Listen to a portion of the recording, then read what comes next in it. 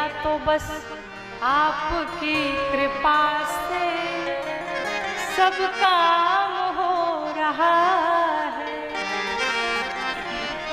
जो सिर्फ यही गाते चले, सिर्फ दिन रात यही कहते चले, उसके मन में कभी अहंकार नहीं आ सकता। और महाराज ये जीवन ऐसा है, कब क्या हो जाए कोई ठिकाना नहीं है। ये जरूरी नहीं कि आप इस समय अरबपति हैं तो सदैव रहेंगे। एक लेख पढ़ा हमने, केदारनाथ में जब घटना हुई थी, न जाने कितने लोग समाप्त हो गए। उस समय एक बहुत बड़ा आदमी उसी त्रासदी में फंसा हुआ था। उसके प्राण कैसे भी बच गए महाराज, लेकिन भूख के मारे वो तड़प रहा था। अरबपति है जिसके पास पैसे की कोई कमी नहीं है, लेकिन वो आदमी आज भूख से तड़प रहा था। उस आदमी ने कहा कि मेरी ऐसी स्थिति हो गई कि मेरे पास हजार हजार नौकर, हजार हजार लोगों को मैं खिलाता पिलाता चलता, लेकिन आज मैं पानी के लिए भी तरस रहा हूं। तो जब ऊपर से किसी को बिस्किट की व्यवस्था, किसी को किसी चीज की व्यवस्था कराई गई, तो उन्होंने बताया कि ऊपर से जब बिस्किट फेंके गए तो महाराज हम हाथ फैला करके खड़े थे कि मेरे हाथ में एक बिस्किट का पैकेट आ जाए और मैं खा सकूं। पता चला कि जब वो बिस्किट का पैकेट गिरा तो उसके बगल वाले ने जो था, उसके बगल वाला ही लेके चला गया। उसने कहा तुमसे भूखा तो मैं हूं, अब जब दोबारा आएगा तो तुम लेना। महाराज नहीं मिल पाया उसे। फिर वो अब पूरे दिन प्रतीक्षा में रहा कि फिर हो सकता है कुछ आएगा तो हमको मिल जाएगा।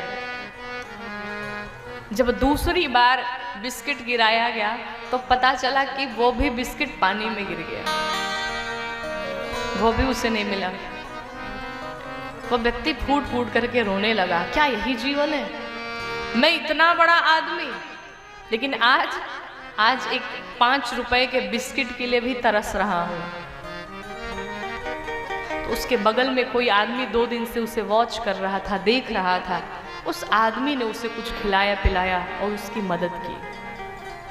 तो महाराज अहंकार किस बात का, कब कहां क्या घटना हो जाए, कब कौन क्या बन जाए, इसका कोई भरोसा ही नहीं है। एक व्यक्ति था तो वो दिन रात यही कहते चलता था, ऐसे ऐसे कैसे हो गए और कैसे कैसे ऐसे हो गए। इस 2 शब्द में ही पूरा देखे तो संसार समाहित है। ऐसे ऐसे कैसे हो गए और कैसे कैसे ऐसे हो गए। जिसे घर में रोटी का ठिकाना नहीं था, आज वो अरबपति बने घूम रहा है। और कोई जो अरबपति कभी हुआ करता था, आज वो 2 रोटी के लिए भी भीख मांग रहा है। तो यही है जीवन, यही है जिंदगी। अहंकार किसी बात का नहीं। बस एक घर बढ़िया सा बनाइए, एक मकान बनाइए, एक फ्लैट बनाइए ना। कोई पूछे कि भाई ये फ्लैट किसका है, कहिए ठाकुर जी का फ्लैट है, ये कहते चलिए, तब जाकर के इस जीवन से ये मैं की आवाज समाप्त होगी। अब मां सती को जब भगवान ने त्याग दिया, 87,000 वर्ष की समाधि लगी, तत्पश्चात बाहर आए। अब दक्ष प्रजापति जब प्रजापतियों के नायक घोषित हो गए, उस समय दक्ष प्रजापति को अहंकार आ गया, पद का अहंकार। परिणाम ये हुआ कि हरिद्वार के कनखल में यज्ञ का आयोजन किया और सबको निमंत्रण दिया, सिर्फ भगवान शंकर को छोड़ के। मां सती भी दक्ष की तो बेटी है। गोस्वामी जी ने इसीलिए कहा कि ये सिर्फ दक्ष कुमारी है, जगत की जननी नहीं हो सकती। क्यों? दक्ष भगवान शिव को नहीं मानता और उन्हीं की बेटी है, ये राम को नहीं मानती, तो छाया तो पड़ेगी। देखिए, जब कोई बेटी अच्छा कार्य करती है, अगर उसका विवाह हो गया हो तो पति का नाम होता है, अरे उनकी पत्नी है, बहुत अच्छी है, बहुत संस्कारी है, बहुत बढ़िया है। लेकिन अगर ससुराल में जाकर के बेटी कुछ उल्टा सीधा कार्य कर दे तो किसकी बदनामी होती है? सीधे बात उसके पिता पे आती है, अरे उनकी बेटी है, बड़ी गंदी है, संस्कार नहीं उसके भीतर। पति के साथ साथ पिता का भी नाम समाप्त होता है। इसलिए बेटियों को इन सब चीजों का ध्यान रखना चाहिए।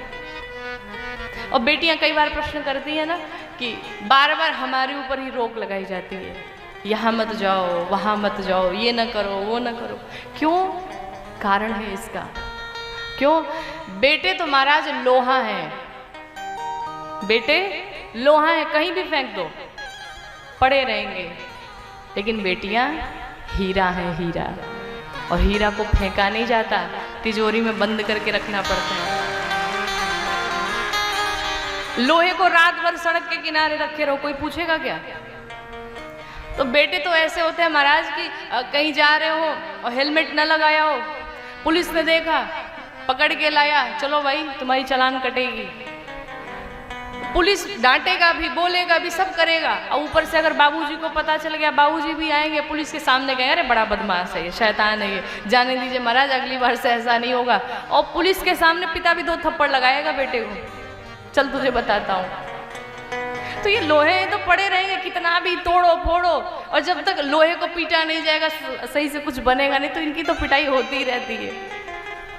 लेकिन लड़कियां, कन्याएं तो हीरा होती हैं। अब उन लड़कियों से कहना चाहते हैं जिनको ये प्रॉब्लम होती है, आप एक अपनी कमाई से, मेहनत से एक हीरे की अंगूठी बनवाओ, और उस हीरे की अंगूठी को सड़क पे रख दो रात भर के लिए, बचेगी क्या?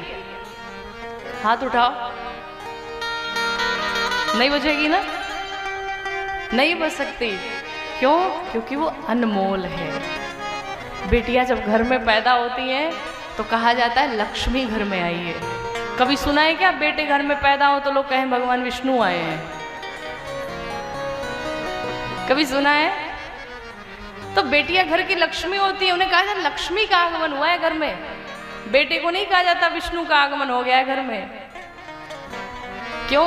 बेटे भाग्य से पैदा होते हैं, लेकिन बेटियां सौभाग्य से पैदा होती हैं।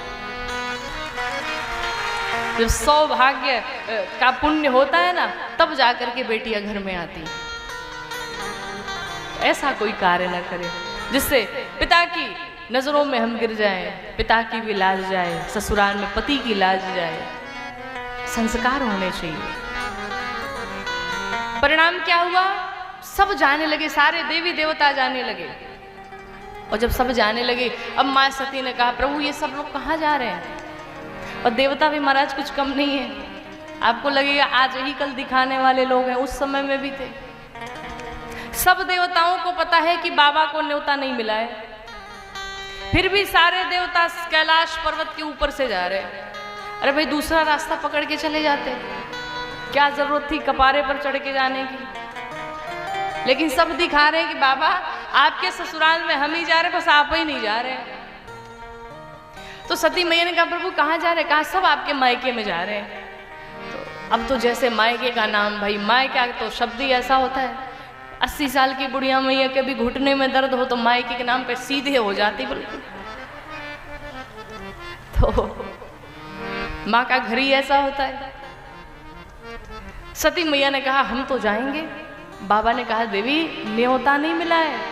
तो मैया ने कहा प्रभु शास्त्र कहते हैं पिता के घर, पति के घर, मित्र के घर और गुरु के घर, इन लोग के घर बुलाने के लिए न्योता नहीं देखना चाहिए, निमंत्रण नहीं देखना चाहिए, पहुंच जाना चाहिए।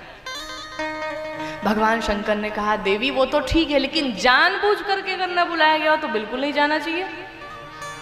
मैया ने कहा हम जाएंगे, हम जाएंगे। और त्रिया हठ तो महाराज अद्भुत। मैया लोग के हठ के सामने देवता भी नतमस्तक हो जाते। मैया ने भी हठ किया हम जाएंगे। बाबा ने बार बार समझाया, नहीं समझी।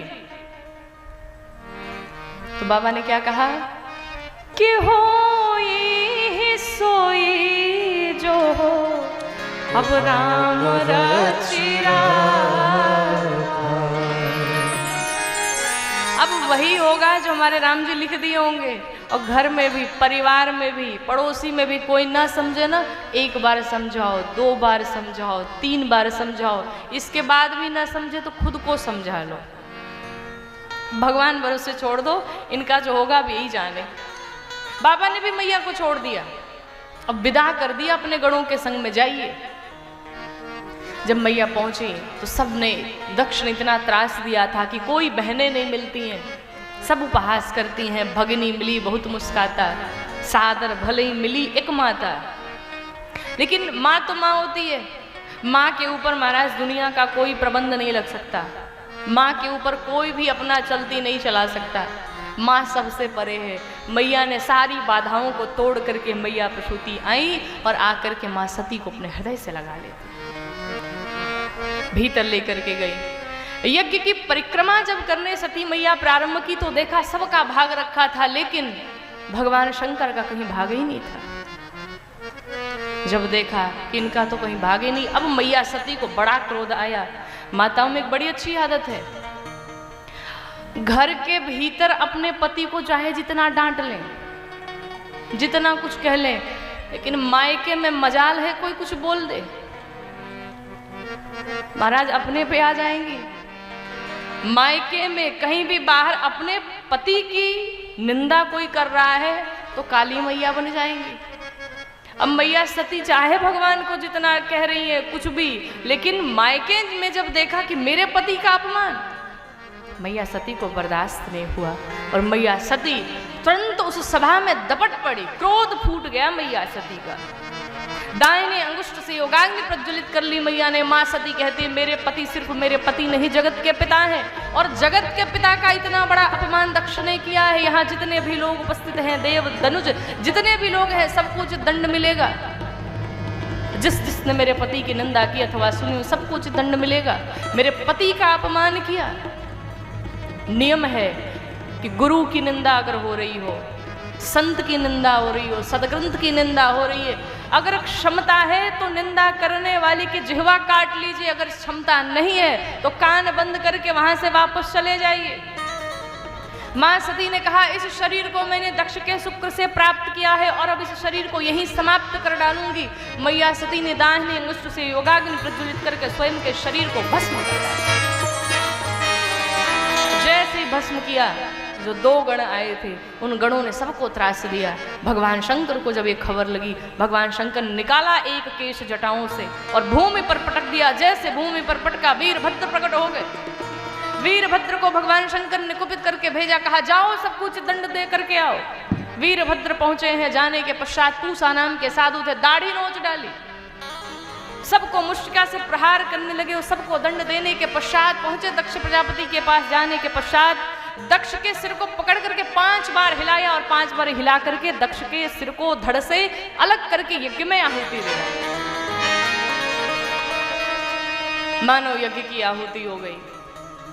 सब होने के पश्चात ब्रह्मा विष्णु महेश तीनों आकर के यज्ञ की रक्षा की। मरते समय सती मैया ने भगवान राम से वरदान मांगा। कहा भगवान हे प्रभु, जब जब मेरा जन्म हो तब तब मैं भगवान की ही दासी बनूं। और जैसे ये वरदान मांगा, भगवान ने कहा क्या अगले जन्म में भी आप दक्ष की बेटी बनेंगी? मैया ने कहा आप पत्थर की बेटी बना देना, लेकिन इस दक्ष की बेटी कभी न बनाना।